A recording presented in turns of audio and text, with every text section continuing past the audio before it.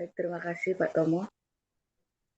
Mari Bapak Ibu, Saudaraku sekalian, kita melanjutkan pembacaan firman Tuhan dari kitab Keluaran 32 ayat 1 sampai 35. Demikian firman Tuhan. Ketika bangsa itu melihat bahwa Musa mengundur-undurkan turun dari gunung itu, maka berkumpullah mereka mengerumuni Harun dan berkata kepadanya, "Mari, buatlah untuk kami Allah yang akan berjalan di depan kami. Sebab Musa ini, orang yang telah memimpin kami keluar dari tanah Mesir, kami tidak tahu apa yang telah terjadi dengan dia." Lalu berkatalah Harun kepada mereka, "Tanggalkanlah anting-anting emas yang ada pada telinga istrimu, anakmu laki-laki dan perempuan, dan bawalah semuanya kepadaku." Lalu seluruh bangsa itu menanggalkan anting-anting emas yang ada pada telinga mereka dan membawanya kepada Harun. Diterimanya itu dari tangan mereka, dibentuknya dengan pahat, dan dibuatnyalah daripadanya anak lembu tuangan. Kemudian berkatalah mereka, "Hai Israel, inilah Allahmu yang telah menuntun engkau keluar dari tanah Mesir." Ketika Harun melihat itu, didirikannyalah mezbah di depan anak lembu itu. Berserulah Harun, katanya, "Besok hari raya bagi Tuhan." Dan keesokan harinya, pagi-pagi, maka mereka mempersembahkan korban bakaran dan korban keselamatan. Sesudah itu, duduklah bangsa itu untuk makan dan minum. Kemudian, bangunlah mereka dan bersukaria. Berfirmanlah Tuhan kepada Musa, "Pergilah, turunlah, sebab bangsamu yang kupimpin keluar dari tanah Mesir telah rusak lakunya. Segera juga mereka menyimpang dari jalan yang kuperintahkan kepada mereka.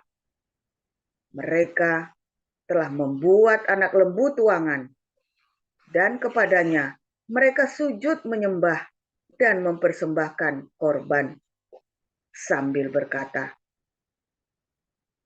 'Hai Israel, inilah Allahmu yang telah menuntun engkau keluar dari tanah Mesir.' Lagi firman Tuhan kepada Musa, 'Telah kulihat bangsa ini, dan sesungguhnya mereka adalah suatu bangsa yang tegar tengkuk. Oleh sebab itu, biarkanlah aku, supaya murkaku bangkit terhadap mereka, dan aku akan membinasakan mereka. Tetapi engkau akan kubuat menjadi bangsa yang besar.' Lalu Musa mencoba melunakkan hati Tuhan Allahnya dengan berkata, 'Mengapakah Tuhan murkamu bangkit terhadap umatmu yang telah kau bawa keluar dari tanah Mesir dengan kekuatan yang besar dan dengan tangan yang kuat? Mengapakah orang Mesir akan berkata, Dia membawa mereka keluar dengan maksud menimpakan malapetaka kepada mereka dan membunuh mereka di gunung dan membinasakannya dari muka bumi? Berbaliklah dari murkamu yang bernyala-nyala itu, dan menyesallah karena malapetaka yang hendak kau datangkan kepada umatmu. Ingatlah kepada Abraham, Ishak dan Israel, hamba-hambamu itu. Sebab kepada mereka engkau telah bersumpah demi dirimu sendiri dengan berfirman kepada mereka, Aku akan membuat keturunanmu sebanyak bintang di langit. Dan seluruh negeri yang telah kujanjikan ini akan kuberikan kepada keturunanmu, supaya dimilikinya untuk selama-lamanya. Dan menyesallah Tuhan karena malapetaka yang dirancangkannya atas umatnya. Setelah itu berpalinglah Musa, lalu turun dari gunung dengan kedua loh hukum Allah dalam tangannya. Loh-loh yang bertulis pada kedua sisinya, bertulis sebelah menyebelah. Kedua loh itu ialah pekerjaan Allah. Dan tulisan itu ialah tulisan Allah. Ditukik pada loh-loh itu. Ketika Yosua mendengar suara bangsa itu bersorak, berkatalah ia kepada Musa, "Ada bunyi sorak peperangan, kedengaran di perkemahan." Tetapi jawab Musa, "Bukan bunyi nyanyian kemenangan, bukan bunyi nyanyian kekalahan, bunyi orang menyanyi berbalas-balasan. Itulah yang kudengar." Dan ketika ia dekat ke perkemahan itu dan melihat anak lembu dan melihat orang menari-nari, maka bangkitlah amarah Musa. Dilemparkannya lah kedua loh itu dari tangannya dan dipecahkannya pada kaki gunung itu. Sesudah itu diambilnya lah anak lembu yang dibuat mereka itu, dibakarnya dengan api dan digilingnya sampai halus. Kemudian ditaburkannya ke atas air dan disuruhnya diminum oleh orang Israel. Lalu berkatalah Musa kepada Harun, "Apakah yang dilakukan bangsa ini kepadamu, sehingga engkau mendatangkan dosa yang sebesar itu kepada mereka?" Tetapi jawab Harun, "Janganlah bangkit amarah, tuanku. Engkau sendiri tahu bahwa bangsa ini jahat semata-mata.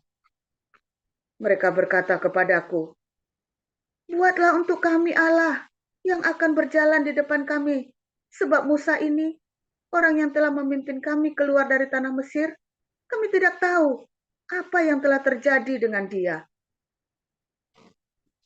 Lalu aku berkata kepada mereka, 'Siapa yang empunya emas, haruslah menanggalkannya.' Mereka memberikannya kepadaku, dan aku melemparkannya ke dalam api, dan keluarlah anak lembu ini." Ketika Musa melihat bahwa bangsa itu seperti kuda terlepas dari kandang, sebab Harun telah melepaskannya sampai menjadi buah cemooh bagi lawan mereka, maka berdirilah Musa di pintu gerbang perkemahan itu serta berkata, "Siapa yang memihak kepada Tuhan, datanglah kepadaku." Lalu berkumpullah kepadanya seluruh Bani Lewi. Berkatalah ia kepada mereka, "Beginilah firman Tuhan Allah Israel. Baiklah kamu masing-masing mengikatkan pedangnya pada pinggangnya dan berjalanlah kian kemari melalui perkemahan itu dari pintu gerbang ke pintu gerbang, dan biarlah masing-masing membunuh saudaranya dan temannya dan tetangganya." Bani Lewi melakukan seperti yang dikatakan Musa, dan pada hari itu tewaslah kira-kira 3.000 orang dari bangsa itu. Kemudian berkatalah Musa, "Baktikanlah dirimu mulai hari ini kepada Tuhan, masing-masing dengan membayarkan jiwa anaknya laki-laki dan saudaranya, yakni supaya kamu diberi berkat pada hari ini." Keesokan harinya, berkatalah Musa kepada bangsa itu, "Kamu ini telah berbuat dosa besar. Tetapi sekarang aku akan naik menghadap Tuhan. Mungkin aku akan dapat mengadakan pendamaian karena dosamu itu."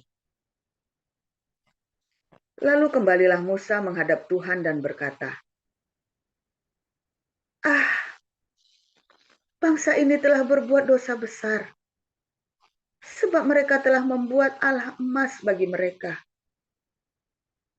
Tetapi sekarang, kiranya Engkau mengampuni dosa mereka itu, dan jika tidak, hapuskanlah kiranya namaku dari dalam kitab yang Kau tulis.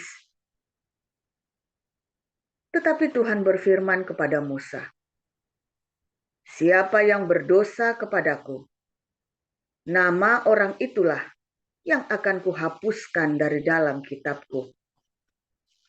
Tetapi pergilah sekarang, tuntunlah bangsa itu ke tempat yang telah kusebutkan kepadamu.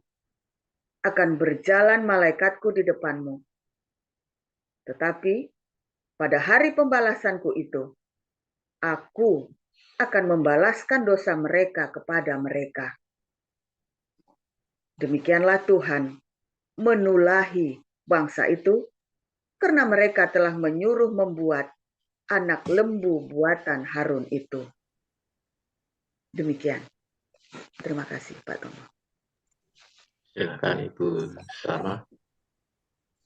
Baik, saya akan membacakan kebenaran firman Tuhan yang terambil dari kitab Roma 9. Beginilah pembacaan kebenaran firman Tuhan. Aku mengatakan kebenaran dalam Kristus, aku tidak berdusta. Suara hatiku turut bersaksi dalam Roh Kudus bahwa aku sangat berduka cita dan selalu bersedih hati. Bahkan aku mau terkutuk dan terpisah dari Kristus demi saudara-saudaraku, kaum sebangsaku secara jasmani.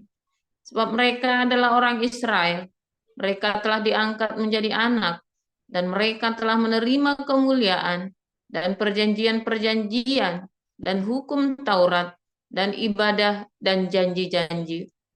Mereka adalah keturunan bapak-bapak leluhur yang menurunkan Mesias dalam keadaannya sebagai manusia yang ada di atas segala sesuatu. Ia adalah Allah yang harus dipuji sampai selama-lamanya. Amin. Akan tetapi firman Allah tidak mungkin gagal, sebab tidak semua orang yang berasal dari Israel adalah orang Israel, dan juga tidak semua yang terhitung keturunan Abraham adalah anak Abraham, tetapi yang berasal dari Ishak yang akan disebut keturunanmu. Artinya, bukan anak-anak menurut daging adalah anak-anak Allah, tetapi anak-anak perjanjian yang disebut keturunan yang benar. Sebab firman ini mengandung janji, pada waktu seperti inilah aku akan datang dan Sarah akan mempunyai seorang anak laki-laki. Tetapi bukan hanya itu saja, lebih terang lagi, ialah Ribka yang mengandung dari satu orang, yaitu dari Ishak, bapa leluhur kita. Sebab waktu anak-anak itu belum dilahirkan dan belum melakukan yang baik atau yang jahat, supaya rencana Allah tentang pemilihannya diteguhkan, bukan berdasarkan perbuatan, tetapi berdasarkan panggilannya. Dikatakan kepada Ribka, anak yang tua akan menjadi hamba anak yang muda. Seperti ada tertulis, aku mengasihi Yakub, tetapi membenci Esau. Jika demikian, apakah yang hendak kita katakan? Apakah Allah tidak adil? Mustahil.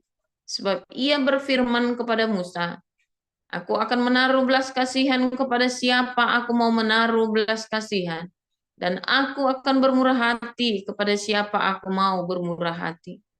Jadi hal itu tidak tergantung pada kehendak orang atau usaha orang, tetapi kepada kemurahan hati Allah.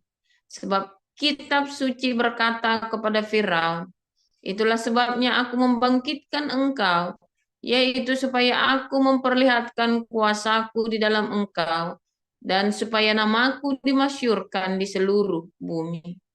Jadi ia menaruh belas kasihan kepada siapa yang dikehendakinya, dan ia menegarkan hati siapa yang dikehendakinya. Sekarang kamu akan berkata kepadaku, jika demikian, apalagi yang masih disalahkannya? Sebab siapa yang menentang kehendaknya? Siapakah kamu, hai manusia? Maka kamu membantah Allah. Dapatkah yang dibentuk berkata kepada yang membentuknya, mengapakah engkau membentuk aku demikian? Apakah tukang periuk tidak mempunyai hak atas tanah liatnya untuk membuat dari gumpal yang sama suatu benda untuk dipakai guna tujuan yang mulia dan suatu benda lain untuk dipakai guna tujuan yang biasa? Jadi, kalau untuk menunjukkan murkanya dan menyatakan kuasanya, Allah menaruh kesabaran yang besar terhadap benda-benda kemurkaannya yang telah disiapkan untuk kebinasaan, justru untuk menyatakan kekayaan kemuliaannya atas benda-benda belas kasihannya yang telah dipersiapkannya untuk kemuliaan, yaitu kita yang telah dipanggilnya bukan hanya dari antara orang Yahudi, tetapi juga dari antara bangsa-bangsa lain, seperti yang difirmankannya juga dalam kitab Nabi Hosea, yang bukan umatku akan kusebut umatku, dan yang bukan kekasih, kekasih. Dan di tempat di mana akan dikatakan kepada mereka, kamu ini bukanlah umatku, di sana akan dikatakan kepada mereka, anak-anak Allah yang hidup. Dan Yesaya berseru tentang Israel, sekalipun jumlah anak Israel seperti pasir di laut, namun hanya sisanya akan diselamatkan. Sebab apa yang telah difirmankannya akan dilakukan Tuhan di atas bumi, sempurna dan segera. Dan seperti yang dikatakan Yesaya sebelumnya, seandainya Tuhan semesta alam tidak meninggalkan pada kita keturunan, kita sudah menjadi seperti Sodom dan sama seperti Gomora. Jika demikian, apakah yang hendak kita katakan? Ini, bahwa bangsa-bangsa lain yang tidak mengejar kebenaran telah beroleh kebenaran, yaitu kebenaran karena iman.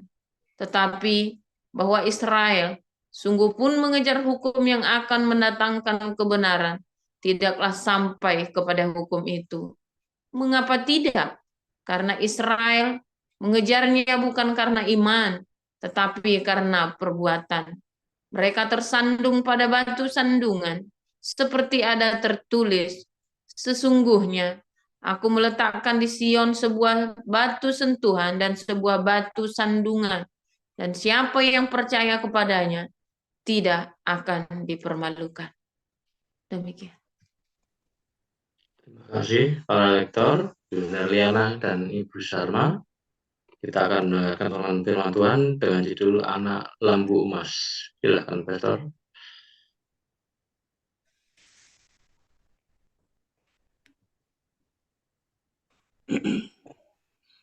Haleluya, firman Tuhan selalu baru setiap hari. Ketika kita menanti-nantikan Tuhan dengan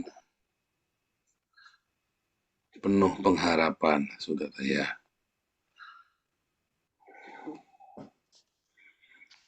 Saudara, tradisi mengorbankan manusia itu sudah ada dari zaman sebelum Adam ya, dari zaman Nimrod pun sudah ada. Bahkan tradisi mengorbankan manusia sebagai korban tebusan salah itu ya terjadi berulangan kali, saudara ya. Dan bahkan Tuhan pernah mencobai Abraham untuk memberikan Ishak anaknya, saudara ya. Terus yang kedua kita lihat bagaimana orang Israel ya harus menebus jiwanya dengan anaknya atau saudaranya, saudara ya. Mereka saling tikam satu sama lain itu, saudara ya. Dengan cara begitu mengorbankan. Jadi itu benar-benar terjadi, saudara ya. Benar-benar pernah ada, benar-benar terjadi. Baik bagi suku-suku lain, bahkan untuk Israel sendiri. Ya, tadi dalam Keluaran 32 ayat yang ke-29 tadi jelas sekali ya. Katakan ya, hari ini penuhilah tanganmu dengan darah anakmu dan darah saudaramu untuk penebusan jiwamu. Ya, saudara ya. Itu serem sekali, saudara ya. Tapi tradisi itu memang ada, saudara ya. Tradisi penebusan dosa itu dengan jiwa seseorang itu ada memang. Itulah sebabnya di seluruh dunia kamu akan menemukan ritual pengorbanan sesok manusia untuk penebusan dosa atau untuk berkat bagi kaumnya, saudara. Di seluruh dunia itu ada ritual itu. Namun kemudian Tuhan Yesus menggantikan semua ritual itu dengan dirinya sendiri, saudara ya. Dengan dirinya sendiri, karena tidak ada persembahan korban apapun yang bisa menyelesaikan dan bisa mengampuni semua dosa, kecuali anak domba Allah yang tak bercacat celah, saudara. Ya, serem ya, saudara ya, kalau Anda membaca kejadian anak lembu emas itu ya. Ini adalah dosa yang mendatangkan maut, saudara ya. Mereka melihat penyertaan tangan Yehova keluar dari Mesir, mereka lihat laut terbelah, mereka lihat ya ada tiang awan dan tiang api, mereka lihat mana di padang gurun, mereka melihat banyak mujizat baru beberapa hari yang lalu, 40 hari yang lalu ya. Mereka melihat bagaimana Tuhan menggelegar di atas Gunung Sinai. Mereka melihat semuanya itu, saudara. Tetapi begitu Musanya nggak turun-turun, mereka bilang, buatlah patung tuangan. Mereka kemudian menyembah lembu emas. Inilah Yehova.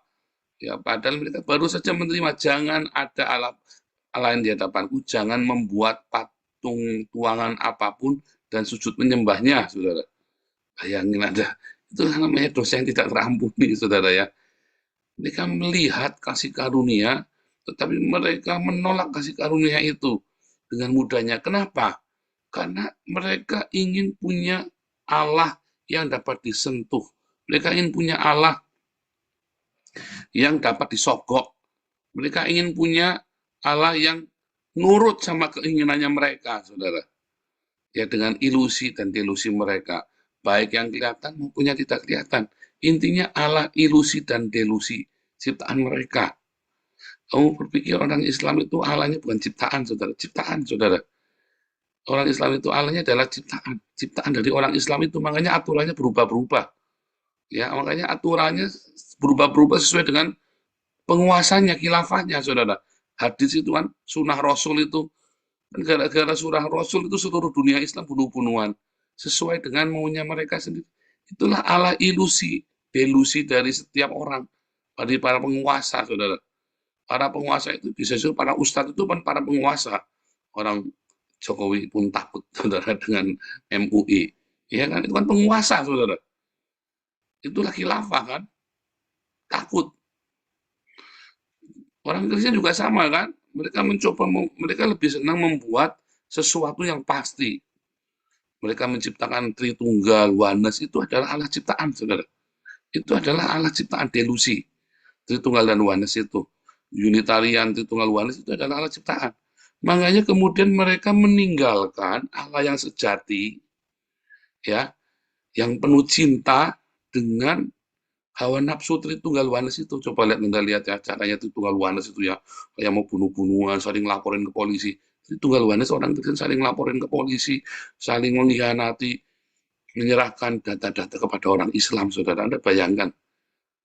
Ya, itulah hasil kemarin ya, baru gegeran di YouTube, di TikTok saya ya. Itu si siapa tuh, Malikil sama si, saya lupa namanya ya, CP sama siapa itu ya, Logika UI dan TS segala macam itu ya. Aduh, itu Anda kalau lihat itu pusing sekali, saya lihat itu, saya pusing sekali, saudara ya. Saya mencoba mendengarkan kedua belah pihak ya. Saya pikir inilah akibat dari dogma. Itu lagi dogma, saudara. Akhirnya kalian saling lapor polisi sesama orang Kristen. Ya, akhirnya saling menyerahkan, akhirnya saling membunuh kalian sesama Kristen. Kan sudah saya bilang kan, gara-gara Tritunggal Oneness ini kalian bunuh-bunuhan nanti. Karena itu yang terjadi itu. Patung lembu emas itulah Tritunggal Oneness, itu patung lembu emas, saudara. Ya, bukannya kamu mencari Allah yang sejati, Allah yang penuh dengan cinta, tapi akhirnya Anda menciptakan delusimu sendiri, saudara. Ngeri, saudara ya, kalau Anda menciptakan Allahmu sendiri, ya berkonsep tentang Allah itu Anda hati-hati. Patung lembu emas adalah sebuah konsep dari Allah yang dipahami oleh orang Israel, saudara. Ya, patung lembu emas itu adalah sebuah konsep Allah yang dipahami oleh Israel di zaman itu, bahwa itu adalah Yehova. Ya, kalau Anda melihat kerub itu simbolnya lembu, saudara. Ya, dalam Yeskel 1, Yeskel 10, Wahyu 4, Anda lihat ya, kerub itu atau kerub itu adalah melambangkan yang ilahi, saudara ya, bukan Allah tapi yang ilahi, sesuatu yang ilahi. Kerub itu dilambangkan dengan lembu, saudara. Ya, lembu yang tidak seperti lembu, nah tapi kemudian itulah lembu, intinya lembu kan. Makanya di zaman itu konsep yang ilahi itu adalah lembu, ya, dari Mesopotamia sampai ke India sampai ke Mesir, saudara, yang namanya kerub itu lembu, ya, yang ilahi itulah yang lembu itu. Itulah konsep yang dimengerti oleh dunia saat itu, ya, makanya disembah. Makanya Elohim disembah. Lihat orang Filistin juga sama kan, membawa tabut perjanjian dikembalikan ke Israel dengan apa? Dengan lembu, ya.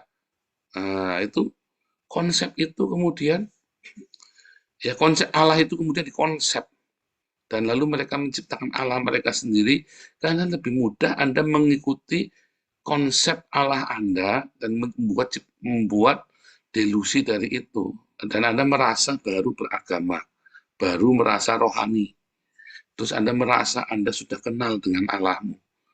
Itulah yang diinginkan oleh manusia, saudara, dan itu adalah sebuah dosa. Makanya saya kemarin bilang ya, saya bilang, kalian ya, Tritunggal Wahanes, tak jamin masuk neraka kamu. Ya kan, saya ngomong begitu, itu terjadi, saudara, patung lembu emas. Karena mereka mengkonsep Allahnya dan merasa yakin bahwa itulah yang paling benar, yang lain salah semua, tapi mereka lupa melakukan apa yang menjadi perintah Tuhan, yaitu Allah yang penuh cinta, saudara. Makanya saya bilang, kalian masuk neraka, para Tritunggal Wahanes itu. Yang ribut, Tritunggal Wahanes, akhirnya benar kan, saling lapor kan, dua-duanya saling lapor, saling menyerahkan kepada orang Islam. Dua-duanya sama tuh, saudara. Akhirnya ribut bener kan, saya sudah bilang, nanti ribut kamu nanti. Ribut bener kan, akhirnya kan Tritunggal Wahanes ini, wah, ributnya itu udah mau bunuh-bunuhan tuh, saudara. Sudah nggak peduli dengan nyawa orang itu. Pinjam tangannya orang Islam. Pinjam tangannya orang Islam, beneran, saudara. Nah, itu karena dogma, saudara ya. Gara-gara dogma, mampuslah kalian. Bunuh-bunuhan. Itu kan sama tadi kan, mereka saling bunuh-bunuhan satu sama lain kan. Mereka pikir mereka selamat. Mereka saling menyerahkan saudaranya, ya kan? Mereka saling menyerahkan saudaranya kan, seperti apa yang dinubuatkan oleh Tuhan Yesus kan. Terus mereka merasa sudah berbakti kepada Allah kan, iya kan? Itu kan terjadi, saudara, sudah terjadi di antara kita. Itu Tritunggal Wahanes, gara-gara Tritunggal Wahanes itu beneran terjadi, saudara ya. Makanya kamu hindarilah Tritunggal Wahanes, pergi jauh-jauh, Trinitas, ya, Wahanes, Unitarian, jauh-jauh pergi, saudara. Gak usah deket-deket. Ya, nanti Anda terisap ke sana, Anda nanti jadi kerasukan setan kayak mereka, saudara. Akhirnya Anda saling menyerahkan, saling bunuh-bunuhan. Ingat, yang paling utama adalah apa, saudara? Mengasihi Tuhan. Bagaimana mengasihi Tuhan? Sudah diajari dengan mengasihi musuh-musuhmu. Bagaimana kamu mengasihi sesama? Dengan diakonia. Ya, sudah diajarin bolak-balik di sini. Ya, bahwa itulah yang namanya mengasihi Tuhan dan mengasihi sesama. Yang lain itu, katanya Rabbi Hillel, cuman interpretasi saja. Nggak usah terlalu pusing. Yang sisanya itu interpretasi saja, kata Rabbi Hillel. Yang paling penting, apapun yang kamu tidak suka orang lain berbuat buat kamu, kamu jangan lakukan kepada orang lain. Itulah inti dari hukum Torah. Yang lain hanya interpretasi saja. Ya, saudara ya. Saudara, akibat dari mereka mencari Tuhan dengan konsep-konsepnya mereka sendiri, maka akhirnya mereka tidak punya iman yang sejati. Mereka punya pengetahuan, tapi mereka tidak beriman. Karena Yakobus bilang apa, saudara? Padamu ada iman, Aku bilang padaku ada perbuatan, kamu bilang aku punya iman. Tapi aku menunjukkan imanku dengan perbuatanku, nggak banyak ngomong, nggak banyak debat. Aku tunjukkan penghayatan imanku dengan perbuatanku, kata Yakobus. Sementara kamu ngaku-ngaku meleter kemana-mana, kamu yang paling punya iman, kamu yang paling hebat imanmu. Ya, itu Tunggal Yohanes itu. Tetapi Yakobus, dia bilang, padaku ada perbuatan. Aku menunjukkan imanku dengan perbuatanku. Ya, makanya selalu saya tanya, buah, saudara, hati-hati, saudara ya, hati-hati. Kamu orang-orang Kristen, pengikut Kristus, ya, yang tahu hanya kamu dengan Tuhan. Tetapi dalam beberapa tahun berikutnya, orang akan menilai buahmu, saudara. Dan kita tahu kamu lahir baru apa enggak. Dari peristiwa-peristiwa drama-drama di yayasan kita, saya tahu ini orang lahir baru apa enggak akhirnya, saudara. Yang kelihatannya sawang sinawang lahir baru, yang kelihatannya hebat-hebat. Dan saya baru tahu ini orang belum lahir baru. Kan kelihatan, saudara, setelah beberapa tahun kita bergaul, 3 tahun berinteraksi, akhirnya kita ngerti ini orang belum lahir baru.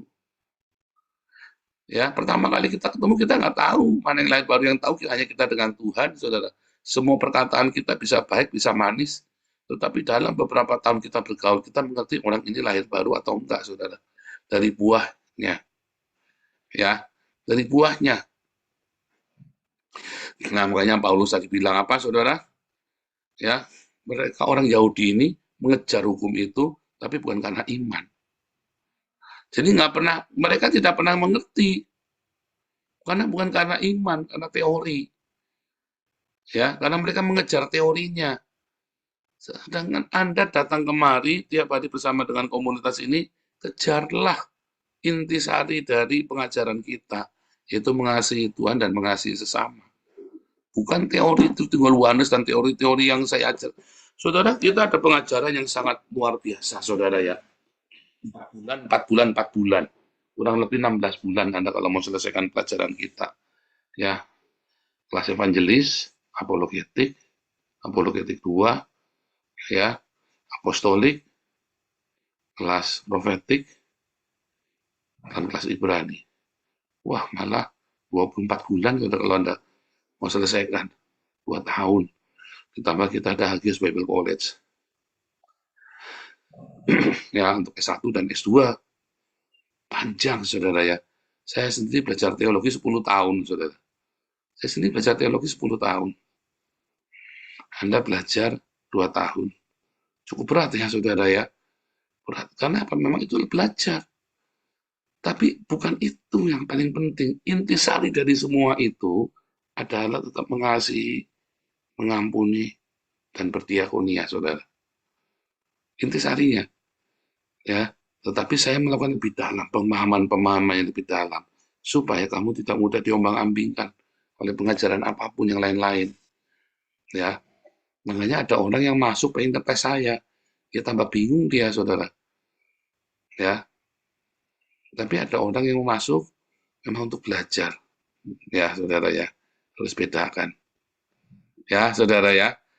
Makanya, saudara, ketika Anda masuk di dalam komunitas, ya, yang paling penting adalah mengasihi, mengampuni, memberkati.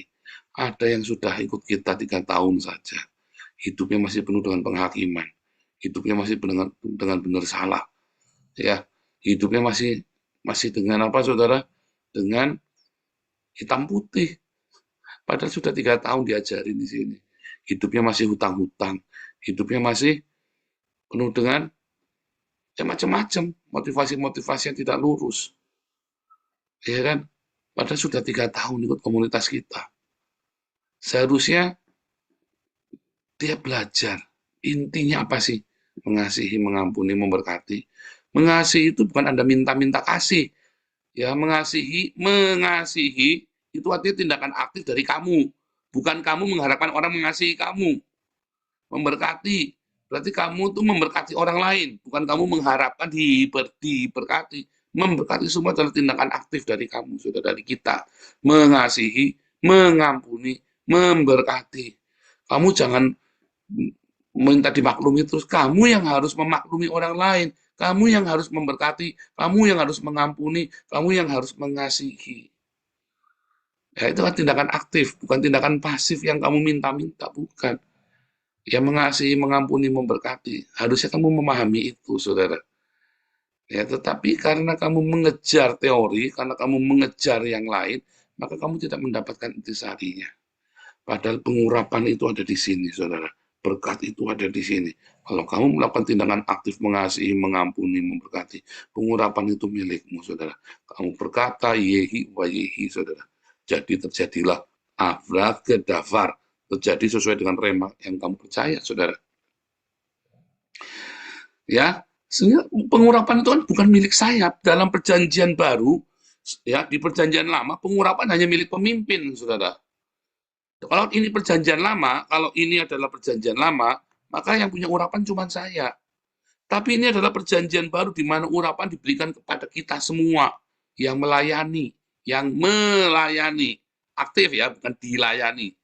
Urapan itu diberikan kepada yang melayani, ya Anda semua yang melayani dengan aktif, yang mengasihi dengan aktif, yang memberkati dengan aktif, yang mengampuni dengan aktif.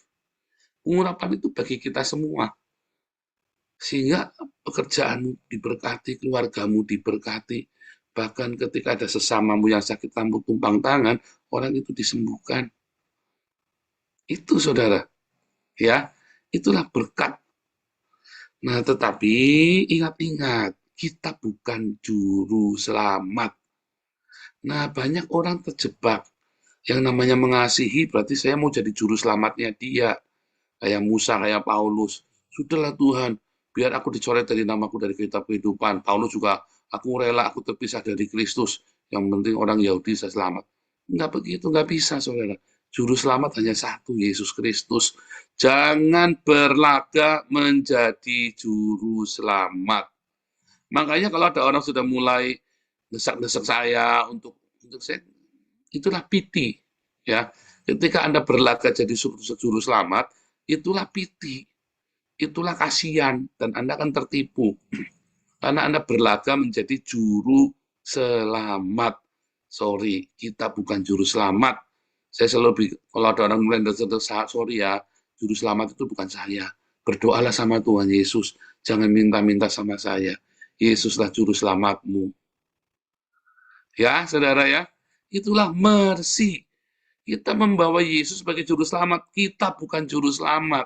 Nggak usah. Dulu zaman saya SMA ya, kuliah. Tuhan, coretlah namaku dari kehidupan, yang penting Indonesia diselamatkan. Sombong kali saudara ya dulu ya berdoanya ya. Keren dulu teriak-teriak ya, sampai suaranya habis. Tuhan, coretlah namaku dari kitab kehidupan. Yang penting Indonesia diselamatkan. Gundulmu peang saudara. Emang kamu siapa? Coret nama kehidupan. Minta-minta merintah Tuhan, yang penting Indonesia diselamatkan. Wah, dulu doanya sombong kali dulu saya begitu saudara ya. Ya mungkin Anda juga kali zamannya persekutuan mahasiswa dulu kan, wah kita sombong-sombong doanya begitu saudara ya. Anda masih dengar mungkin beberapa pendeta masih doa begitu kali saudara. Wah, itu sombong. Ya kayak Paulus, kayak Musa. Ya, kita bukan juru selamat, makanya dipenuhi dengan piti. Jangan saudara, penuhi hidup kita dengan mercy, dengan belas kasih, tapi bukan kasihan. Kalau kamu pengen jadi juru selamat, nanti kamu jadi kejeblos kemana-mana, dan akhirnya kamu yang kecewa, saudara. Akhirnya kamu yang kecewa sendiri, ya. Makanya jangan jadi juru selamat. Kita memperkenalkan juru selamat. Kita harus mengasihi, mengampuni, memberkati. Tapi ingat, kita bukan juru selamat. Yesuslah juru selamat. Ya. Dulu waktu saya pacaran sama Ana ya, keluarganya anak berantakan, keluarga saya berantakan. Tapi saya kan sudah lebih dulu dewasa rohani. Lalu tante saya tanya, kenapa kamu sama anak? Ya soalnya kasihan anak keluarganya berantakan. Kamu mau jadi juru selamat? Terus saya mikir saudara, iya ya. Ya kan saya harus menyelamatkan anak tante. Salah kamu kalau kamu mau menikah dengan anak karena mau jadi juru selamatnya anak. Kamu nanti nyungsep bareng-bareng. Wah itu saya kaget itu saudara ya. Kasih tahu tante saya itu, tuh saya mikir lama saudara. Saya mikir lama. Pikir, kenapa saya mau pacaran sama anak? Kenapa saya mau menikah sama anak ya? Ya itu saya lagi runding, ya kita lagi ngobrol-ngobrol. Saya mau tunangan waktu itu, kita belum tunangan, masih pacaran ya. Itu tuh saya berpikir ya, kenapa saya mau tunangan, mau menikahi anak? Apa karena saya mau jadi juru selamatnya? Nyungsep bareng kamu. Dan benar saudara ya, kemudian kami menikah. Dan saya merasa saya ingin menjadi juru selamat. Wah, nyungsep, saudara. Malah akhirnya saya ikut menjerumuskan keluarganya anak masuk dalam keruwetan. Bukannya jadi juru selamat, sampai hari ini saya masih nggak bisa diandalkan sebagai menantu yang paling sulung, saudara. Anak kan anak sulung. Saya kan menantu pertama. Sampai hari ini saya masih nggak bisa diandalkan sebagai jalan keluar bagi keluarga. Memalukan sekali ya, saudara ya. Karena saya berusaha menjadi juru selamat. Saya pikir saya bisa menjadi juru selamat karena kesombongan. Akhirnya malah nyungsep. Untung saya masih bisa berguna buat kalian semua, saudara, setidaknya ya. Haleluya. Tuhan Yesus memberkati. Jangan jadi juru selamat ya, saudara ya. Jangan jadi, itu kesombongan. Itulah kesombongan, saudara. Nyungsep kamu, saudara, nanti ya. Mengasihi, mengampuni, memberkati. Jangan urusan dengan Tritunggal Oneness. Jangan membuat konsep Allahmu sendiri. Simpel, Allah kita adalah cinta. Allah adalah kasih, mengasihi, mengampuni, memberkati. Tapi jangan jadi juru selamat. Yesuslah juru selamat. Tuhan Yesus memberkati.